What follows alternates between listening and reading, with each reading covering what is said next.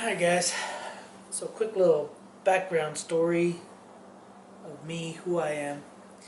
Uh, my name is Fonz. No, that's not my real name, but that's what I go by. That's what I've been going by for years and years and years. Uh, used to go by Fonzo when I was growing up, and then everybody from school always calls me Fonz. Anyway, so went to school out here, local, Southern California. Um, Nothing spectacular. Was in the auto shop for 3 years. So 10th grade, 11th grade, 12th grade, and then I was also a teacher's assistant for auto shop. Um, all two of those years, 11th, 12th grade. So yeah, basically loved working on cars, wrenching on cars. Um, the auto shop teacher tried getting me on with the school to be like a legit teacher assistant. Apparently, my school, paid for me to go to UTI, Universal Technical Institute, but never contacted me. It just so happened that I went into the office to pick my sister up one day from school because she was sick. And on the back wall behind the office it says we paid, for these scholarships. And I didn't pay attention to that, but I looked up and I saw my name and I was like, oh, what is that? Why is my name up there? And it said we paid for me to go to school at UTI. And so I asked them about it, and they said, oh yeah, you got a scholarship and you can still go. But at that time I think I was going on 19 years old, and they said I can still go. And ended up marrying my high school sweetheart, I guess you can call it. Married her. We moved to Colorado with my brother because my brother was going to open up a shop, and he was working at a shop. Anyway, that all fell through. That all did whatever happened. I started working with my cousin at a glass shop. Started doing glass, glazing, shower doors, commercial, residential, installing glass, windows, doors. So I did that for that company for about 2.5 years, and then I went to a company called Milgard Windows, which I love the company. I don't like the Simi Valley location because they were very prejudiced. I worked at the one in Denver, Milgard, for 7.5 years, and then transferred out here to California. Simi Valley location was really prejudiced. My first day out there, I had my orientation, did whatever. The second day I went out there, met the guys. They saw me, and one of the lead technicians' first comment to the supervisor was, "Hey, Paul, why did you hire a white guy? I thought you were keeping it real with the Mexicans." I didn't find any offense to that. I didn't really care.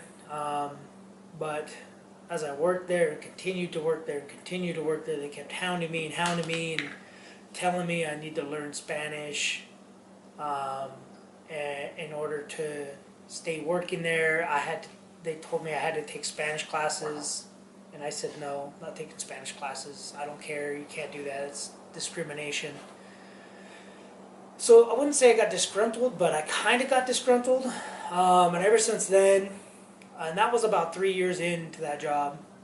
I was working there for 3 years, and that's when all that started happening because they kept sending me help, and I couldn't understand the help because they were speaking Spanish. And it was a very dangerous job, carrying glass up ladders, big windows up ladders and stuff, carrying doors, in homeowners' homes, hardwood floors, up and down stairs. And I finally got sick of it because a guy set down a patio door, shattered it inside this homeowner's house, all over their hardwood floor. So when a tempered glass shatters, it scratches everything. So they had to pay for the whole house to be resanded and sealed or stained. So since that day, and that's when they told me I needed to learn to speak Spanish because the communication skill wasn't there. And I said, no, you just need to not send guys that can't speak English with me. And they got they got mad that I said that, but I wasn't being offensive in any way. I was just, being honest. So then what I started doing is when they would send a, a guy with a real heavy accent or only spoke Spanish, I started canceling the jobs because I wasn't about to have that happen again. So then they would write me up. I'd get written up for it, and I'm like, hey, it's a communication barrier. We have plenty of guys that speak Spanish. If you want to send Hispanic guys with Hispanic guys, have them go with those guys so that they can communicate. They can do the 2-man, 3-man, 4-man jobs, and just let me do the single man, whatever, the tough jobs. Because I was the troubleshooter. I got thrown all over from Long Beach to Fresno, from Santa Barbara to Barstow. That was that wasn't my territory, but that was the route that our Simi Valley location took care of. So they had me go into all the troubleshooting jobs where other technicians couldn't figure it out. I'd have to go. So they were real thankful that I could do that, but at the same time they kept hounding me to speak Spanish. I wish I would have learned Spanish, but I think I was kind of angry towards it. I wasn't angry towards the people, just angry towards the situation of them trying to force me to speak Spanish. Which I picked up Spanish. I could speak Spanish. I can, understand. I can talk to people in Spanish, but when they're directing me to do it, kind of didn't want to do it. Kind of bugged me. But anyway, so I worked there from 2009 to 2015, and I was trying everything. I was getting certified in everything. Tried to go be a lineman. My knee couldn't handle it. As you can see, my knee's wrapped now because my knee's hurting. So I went and bought climbing gear and stuff. My buddy who owns that Raptor that's on yesterday or day before's video, he went to lineman school, got qualified, did everything. Now he makes, double 6 figures, I guess you could say. It's like $200,000 a year. Well, he did make $200,000 a year, so that's not guaranteed. But he's making over 6 figures easily a year. So, I went and got certified and all that stuff. Went and got my Class A license with all my endorsements. I was just trying everything to get out of that job. And just so happens one day I was on Facebook and saw it said that railroad is applying in my area. And I was like, yeah, right. Ain't no railroad applying in my area, Thought all these old timers were here. And sure enough, I applied, and the next day they emailed me with an interview date. Went down to the interview. Manager loved me. He told me that day they were going to hire me. Ended up that night, they actually contacted me and hired me. But I still had to go do the drug test, which whatever. The physical ability test and a background check, which I passed everything. The only thing was with the drug test, the urgent care place I went to do the drug test, where they sent me, they forgot to have me sign a waiver to release the information to Union Pacific. That's who I work for, by the way. And they forgot to have me sign that paperwork, so I had to go all the way back down there like 3 or 4 days later and sign the paperwork, submit it. Anyway, so turned in my 2-week notice at my other job because they gave me the start date. And my other job said, you know what, you don't like working here, we don't like you working here, we're going to pay you 2 weeks, just leave. So I was like, alright, whatever.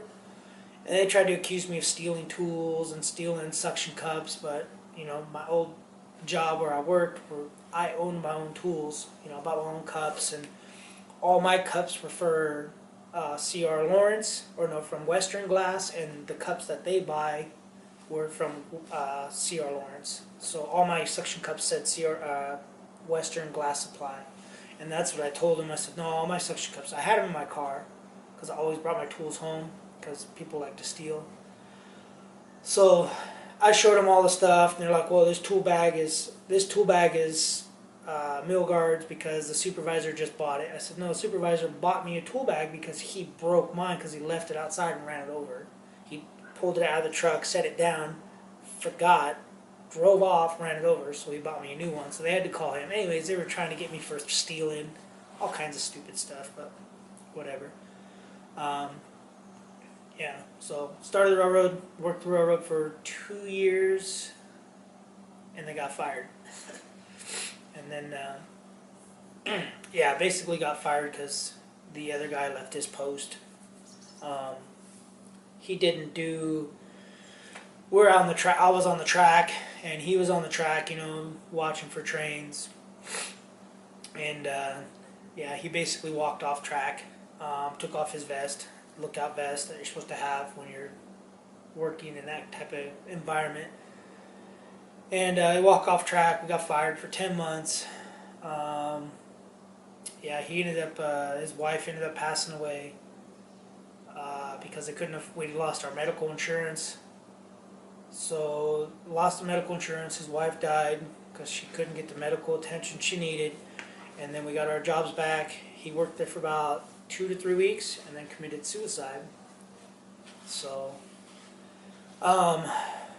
it's really it was all his fault because he was stubborn and he didn't want to listen to anybody's advice, anybody's direction. He was older, 20-something years in the railroad, and he was going to do it his way because he's never been injured or hurt or fired before. So, what's the chances of him getting injured, hurt, or fired ever? So, went to Colorado, started my own glass business when I got fired. Made a quick, in about 6 months, about $112,000. That's what they say on paper I made. I think I only made about $83,000 in 6 months. Paid stuff off, did stuff, but I had to sell a lot of my stuff, like dirt bikes and stuff, because I got fired from the railroad. So I sold a bunch of stuff, guaranteed that I would get personal loss value of my possessions through the railroad. That if I got hired back, they would repay me for everything that I suffered through, everything that I had to sell to pay my bills.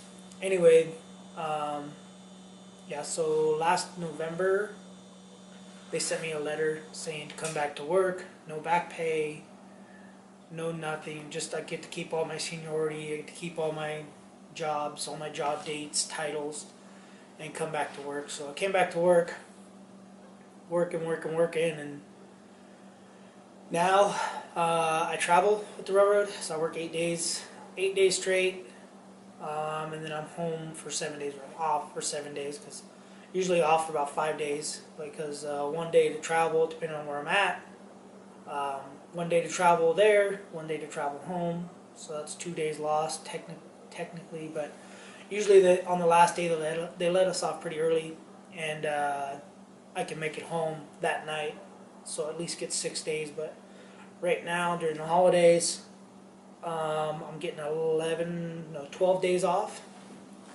3 of those days are paid, but yeah, so I love it. I love doing what I'm doing. My plan is, the reason I went to is because I want to buy a Can-Am Maverick X3 2-seater, fully outfitted. So that's the plan for that. Its main purpose will be just for fun, recreation, and obviously I'll be making videos with it, on it. We went out my buddy's Raptor yesterday, all over the desert. I mean, you go right out my gate, and you can just ride and drive wherever you want through the desert. You go all the way up in the mountains, wherever you want, basically, other than on private property. But yeah, so pretty much that's what I'm doing. That's my plan. Yeah, and I don't know. I'm trying to get my kid to go in on halves to try to get it sooner, but I figure by September 2019 is when I'll have a sizable amount of money to buy one, as long as I don't have to buy my wife a car, because if I have to buy her a car, that obviously eats into my funds. Yeah, and that's, I don't want to buy her a car, but I kind of do want to buy her a car because her car's kind of, it kind of fell apart quick. Paint faded and oxidized within like, well, when we had it, it was real nice and clean. Interior was kind of beat up. The lady didn't really take care of the interior, but the outside was pretty clean. It had a couple of dents and scratches, but the paint just started to fade like within like a year, from January to like June or July, just boom, oxidized all over the car. So the outside's pretty trashed. The passenger seat's tearing, the driver's seat's tearing, but these are common for the paint and the seats. And now I got this vibration I can't get rid of. So I'm hoping she can last in that car for hopefully another 2 years before I have to buy her a new car. Or something, or I might just get an engine and do an engine. But anyway, guys, so that's my little story of, you know, who I am, what I am, and yeah. So that's going to be it for this video. If you guys got any comments, or if you guys want me to do another one of these videos of just answering questions, just let me know. I don't mind answering questions. Basically, my life is on YouTube. Yeah, so I just need to get my subscribers up. Once I get my subscribers up, yeah, I can start doing some stuff, some better stuff with YouTube. Doing it more often. I guess that's my problem. Being home away for 8 days out of or 16 days out of the month, it's kind of hard. Excuse me. But yeah, so alright guys, I'm gonna end it right there. So make sure you guys like, comment, subscribe, do what you guys do, ask me questions.